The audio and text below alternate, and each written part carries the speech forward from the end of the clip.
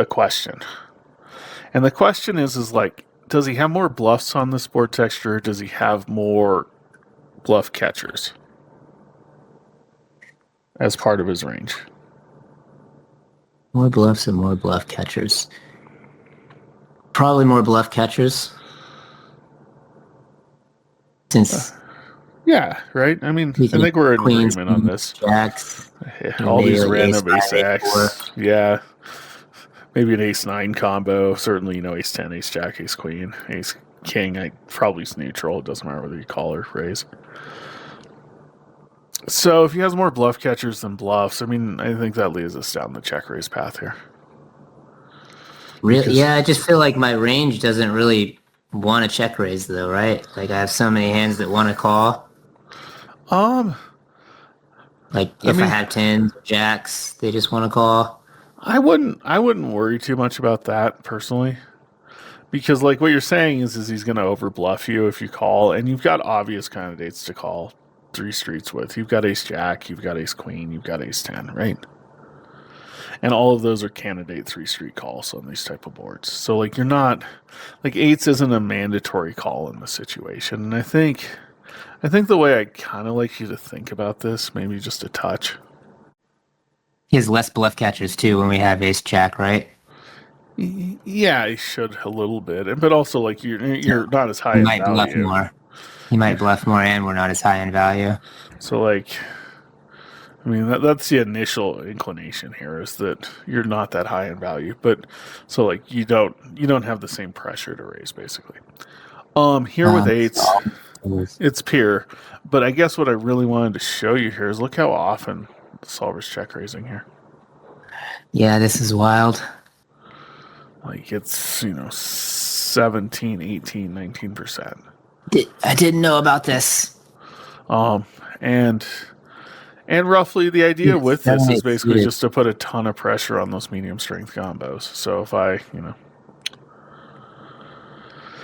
look at this, if I raise here, immediately I'm putting pressure on ace 10 and ace 4 and kings and jacks and 10s and quite frankly... ace 10's supposed to fold sometimes. Yeah, right. Yeah, I mean, it's a tough fold, I think, but I would assume he probably overcalls, right? Like that's been the whole point of this is like, yep. Let's think about this for a second. We're probably going to get overcalled.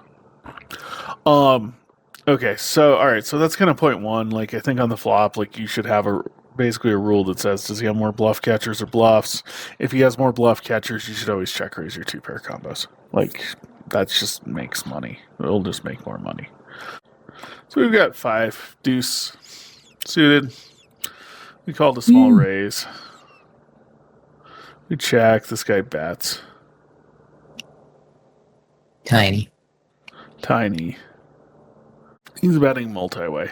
I think I kind of just want to redux the argument that we just used for the turn play over here and do it for the flop. Bottom 2, I feel like gets me in trouble though when you start raising it. So you're right on some level, right? Because effectively the flop value here like is going to change markedly on the turn. If I look across all the turns here, like how many of these turns are going to be better than the flop for this hand? Like I would argue it's basically the 5 and the deuce, right? That's it. That's the only ones. Like the 5 and the deuce are like amazing for us. I mean, they're just better, right? They're greater than the flop. I don't know. Maybe I'll do some weird pseudo notation here. And then, like, we've probably got some cards that are, like, kind of slightly worse than the flop. Like, in the middle here. Like, I don't know, an 8 comes. I would argue it's probably slightly worse than the flop, but it's not much. So these guys are probably in here just a little bit.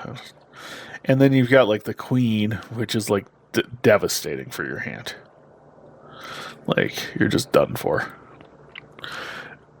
So, if I kind of break this down again, like I probably want to get the money in on the flop because like the turn money is just not going to be as valuable. And you're right, the turn's still going to be hard to play. But I don't really see any reason here to slow play this. And the secondary thing, which I think is actually probably equally as important, is like this particular 2-pair is actually really strong. Because the in-position player just doesn't have 2-pair on this board. Like maybe he has a queen deuce suited combo, maybe he has a queen 5 suited combo, but there's only one of each of those left in the deck. And so he really only has 7 combos that beat you right now. He has queens, 5s, deuces, queen 5 of spades, queen deuce of diamonds, and that's it. And if you only got a couple of combos that beat you, I mean, usually the heuristic is to raise and to try to take advantage of that. Yeah, but if all the money goes in by the river, the bottom 2 is usually not good. Is all I guess my point was though is if it went in on the flop, you'd be good. So like, yeah, you would be on the flop. If he 3-bets flop, like you can get in safely. And he's going to do it on this board texture because it's actually over check raised. You don't have that many nut combos either. And so I guess when I look at this board texture, I've got a couple of things running through my head. One is like, okay, 5 deuce is better than the normal bottom 2 by like a fair bit on this board. He doesn't make many 2 pairs. There's not that many, obvious straights or flushes that can come in on the turn. There's not that much coordination with the top cards. Like, there's a bunch of things here in favor of this combo. And then the secondary part about this is like, if I wanted to stack this combo, I really want to get 3-bet on the flop. Like, that's really that is the heaven of this combo. Like, this is nirvana.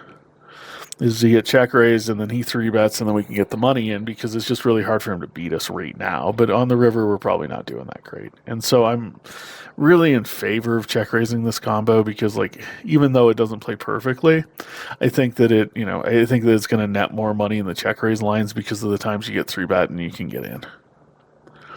And then kind of the alternative of this is like, it's a weird combo where like, even though we're quite good right now, like, I don't know how many of these backdoor draws we really want to draw against it. Like, I think the backdoor draws actually hold up fairly well against this combo, if I kind of, play with this a second. And so I think if you can get him to bet fold some of this stuff, it's actually not the end of the world for you. Like, if he bet folds, Jack 10 of hearts here, I think that you're actually not that unhappy with it. Maybe you're a touch, but like, he was still going to win 11% of the pot. Yeah. And I don't know. I don't think King Jack is actually different here, but yeah, my theory on the bottom 2 usually has just been like, it's a good hand for check calling down for 3 streets confidently with. And I guess I'd like to change that in some of these boards, where it's just, I think in these boards it's better to check raise it. And this one, like, it's hard not to play counterfactual here. Yeah, because he does not bluff. Yeah, so like, he just checks down 10s, right? Yeah. Which is fine. Like, that's something that happens. But, I mean, if we're going to make the most amount of money against 10s, we could have check raise, got at least 1 call. We would have got 5 extra big blinds by check raising. And then if we bet turn, he probably calls 15% of the time. Yeah. And so we probably make another 3 or 4 bigs. So like, we're probably like 9 or 10 big blinds against 10s if we check raise, and we're 1.5 if we check, basically. It's really a fairly, it's 0 if we check because of the way we calculated this. Like, so I mean, 9 or 10 big blinds, I mean, that's a ton of win rate.